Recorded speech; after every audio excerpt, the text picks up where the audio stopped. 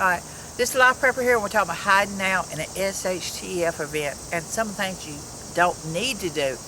Now, I read a lot of the articles I talk about, but the fact is, what you gotta do is look for physical signs. Like right here. You see the trail here on this here? It's traveled fairly regular. You can tell by the way the grass is pushed down here in a situation. And then as you look over this way, you can see some fragments of some buildings and things in that area. And then you have an open field here as well. You have to look at all of this, not just some of it, on how to survive in an shtf situation, whether it's a virus outbreak, economic collapse, war, even if it's the zombie apocalypse or the aliens coming for you. You have to think about where you as a person can hide.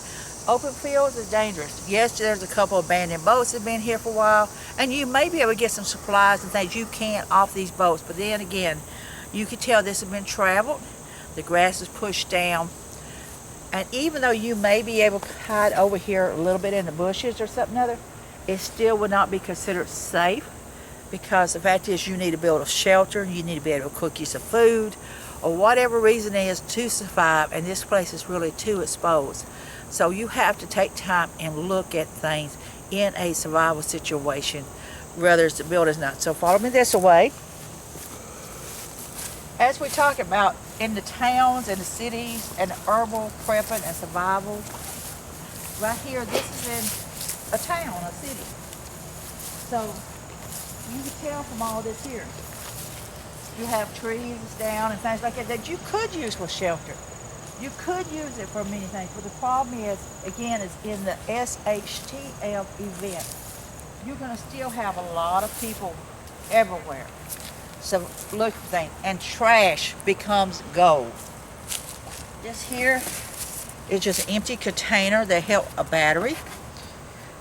It don't look like much, but I'm going to tell you something other. This here could wash your dishes with, wash clothes with. You can put water in this here to haul it with. Whatever. This here can become something here, because this here is also waterproof. You can turn it upside down, set it on top of things like your food that you cook, and help keep it warm, help keep it dry. So trash will become your treasure. Matter of fact, I think I want to keep this and recycle it, because I figure I'll use it for something. And that's something you have to do. You have to look outside of the box. You have to look at what you have to offer, like this here, for the wood that's rotting. This here's rotted. It's still a little bit damp where it's been raining some, but the fact is, if you have some of this and you can keep it dry. Great tinder. It's tinder here. You can use for your build fires with. If you've ever seen some of them, Asher will pick up some pieces that's kind of rotted like this, and they'll stick it on their backpack. This is for them to start with, right here. This here would be a good thing to have with you to help start and to help dry it out in an event that you need to try to find shelter. Another thing you have to take into consideration is the type of plants that is around you in the location. Now, it's getting later in the year, so many of the plants will start losing their leaves, and you won't be able to recognize them. Like now, this here is a maple, as you can see right here. Then you need to learn about the different types of wood. Now, trees are not my strong suit, and there's a lot I need to learn about trees. Isn't maple, though, is where you can get some good syrup for, some good sweetener for that stuff that has no good taste to it? You take maple syrup, you take it, and it takes about 5 gallons of maple syrup from the tree to make 1 gallon of true maple syrup. And in an event of building a shelter, you need to also find trees like this that's flexible. You see how the branches bend? And my son and I was talking about building shelters. When you're building a shelter, you need these that's going to flex and it's going to bend, so you can shape your area. And another thing, when you're building your shelter, don't build it too large. If you build it too large, you're going to stay a lot colder. The smaller you build it, where you can crawl in there basically, the warmer you're going to stay. And the more dead leaves, you can use the branches here. So we're going to use this here for example right now. Simply piling these branches on top of it and creating your tree here. And pulling all these on there. Then once you have that, you can pile all these leaves on top. And once you have it built, and you have your little hole right here to crawl into, believe it or not, the more layers of debris and leaves and branches that you build and create this foundation, the warmer you will stay. Yes, you're going to have to get on your hands and knees. You're going to have to crawl into that. But I want to tell you, you're going to use your own body heat. And that layers and layers of twigs and the layers and layers of leaves and debris that you're building on this hut will keep you warm. Also, there's another thing. This will blend in with the things around you. People will walk right past you and not even know you're there, because all this debris is built up and they just think it's another pile of leaves or a pile of debris on it. So there's things you can do, but you need to look at that. Like I say, with the open field, you're wasting your time. With this road here, and as like I say, you can tell it's been traveled, you're wasting your time, because chances are other people knows about this. Someone done thrown in some underwear away. I want to tell you, in a situation, you can take that elastic band out of that underwear and use that. Sounds gross, but you can use it. Recycle everything in an shtf event. And if in doubt, if you need some toilet paper, there you go. Yep. There's always plenty of crap paper. As we get on down this way here, like I say, you found there's several things here of kindling and debris. You can tell here with the trees. But then you start to get into town, and this is another thing that people don't realize. Say tomorrow, shtf happens. All this here, the humming of the engines, all this other stuff, it's going to cease. After 3 months, things will start breaking down. There will be no power, there will be no water, there will be no nothing. You need to take in consideration how you are going to survive. Are you going to pile yourself on top of these buildings and create your barricade for a temporary solution? Can I iterate just one thing though?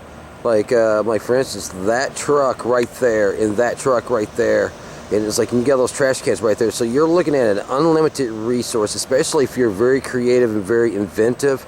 You can create literally almost anything. So as far as technology goes and the lack of it, you're actually an unlimited resource, because you don't have to go out and buy this stuff anymore, and you're not confined by governmental ordinances or laws saying that you cannot create this stuff. So in so many ways, you can actually make life a lot easier during the post-apocalypse. Not during, but after the apocalypse. After things settle down, like we was talking about, in the first few days, all this here, people's going to go crazy. They're going to be trying to get out of town. They're going to be robbing from their neighbor. They're going to be pushing people out of the cars. They're going to shoot them to take their vehicles. It's going to be crazy. You're going to have people who you never thought. Your neighbor could have been your best friend, and he'd be at your doorstep with a knife in his hand to cut your throat for your stuff. The thing is, what gains there was may destroy each other. The truth is, we talked about the different races. Unfortunately, many of the races have so much mistrust within their own society, they will become their own worst enemy.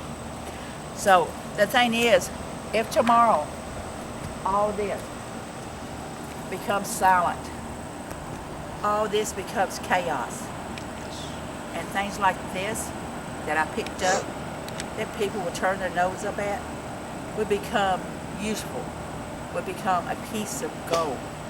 Because this here, you can use many, many different ways. Like I said, you may end up having to wash your cups. That one bowl, one cup, one plate, or maybe one skillet that you got, you're going to wash it in this. This could be your rainwater catcher as well. So it's a lot to think about. Because right now, the truck that's just going by me, loaded with furniture for rental or whatever, that truck, the inside of it, you can turn it into shelter. The battery, you can use it to help power something. Or even start a fire with the battery.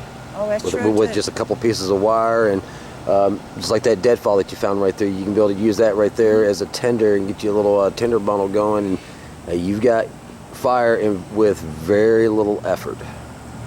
So it's a lot to think about. Research your areas. Take time out to look. Like I said, this would not be a good area at this present time.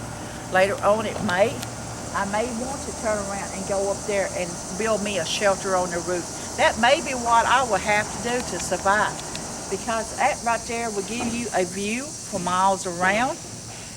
And again, the buildings will become abandoned if you're able to seal the buildings up and secure them tightly. And you even have a pole to climb up to. So it's just something to think about, because tomorrow, this may not be here anymore. Tomorrow, you may be doing what I'm doing. Trash dumping, recycling, just trying to survive and trying to get through one day to another and hope that you got enough food to live off of.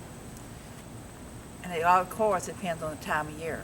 If you got enough sense to harvest things, and make sure you mark the areas. If you know where there is burdock growing, if you know where there's plantain growing, if you know where there's other plants growing, mark the area off so you know to go harvest that during the winter. Pine trees and cedar trees are full of vitamin C, and you can survive if you know what you're looking for. And also, it requires teamwork, because a person doing it by themselves is a lot harder than two people. But then again, it's called building trust. So this is Life Prepper here. I want you to be safe, be happy. I want to bless all you fine folks, but I want you to think outside the box. Until next time.